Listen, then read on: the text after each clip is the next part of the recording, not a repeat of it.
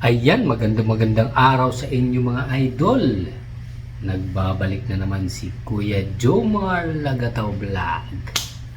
Ayun mga idol, ngayong araw na to, ang content natin ay tungkol sa Facebook at pagkawala ng stream ads tools natin mga idol. At kung saan na to napunta. At syempre mga idol, huwag kalilimutan mag-like, mag-comment, pakipindot na rin ng notification bell para lagi kayong updated sa aking bagong upload na video mga idol. Okay, wag na natin patagalin mga idol, panoorin na natin, ito na.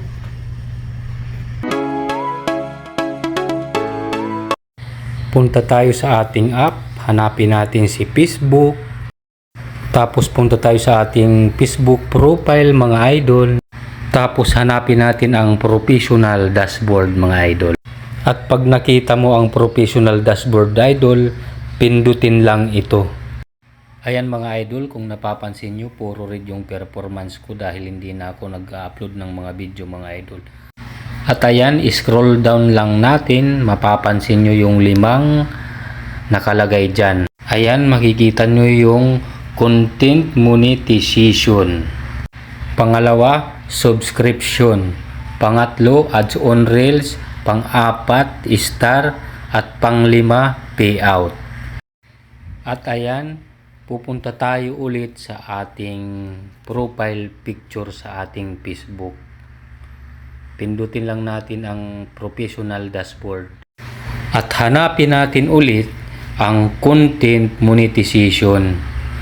At pag nakita mo ulit ang content monetization, wala kang ibang gagawin kundi i-click ang content monetization at lalabas yung ganitong monetization. Pagka-click mo, ganito ang lalabas: content monetization, subscription, ads on reels at star. At ayan mga idol, kung mapapansin nyo, wala na yung stream ads. Dati sa ilalim mayroon niya nakalagay. Ngayon, kung bakit nawala, punta tayo ulit sa ating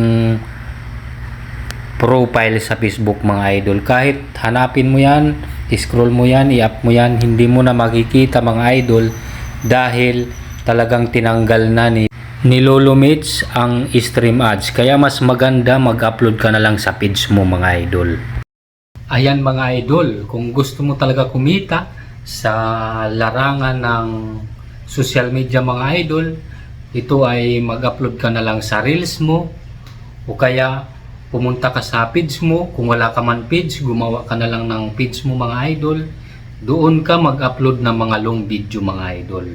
O kaya sa TikTok, mag-live ka, mag-upload ka ng video mga idol para magkapera ka. Ayun lang mga idol, maraming salamat sa inyong panonood. God bless you mga idol. Merry Christmas and Happy New Year. Maraming salamat mga idol. Bye-bye.